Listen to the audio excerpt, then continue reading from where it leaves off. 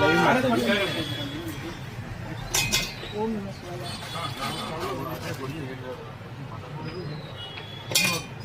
Live ನಡೀತಾ ಇದೆ, ಬನ್ನಿ.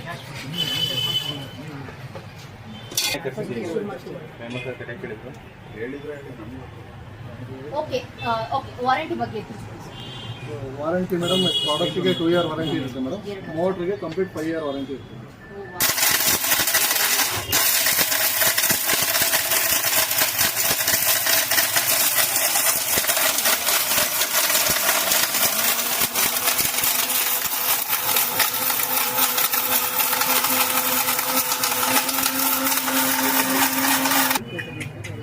ರಂಗೋಲಿ ಟೈಲ್ಸ್ ಇಂದ ರಂಗೋಲಿ ಮಾಡಬಹುದು.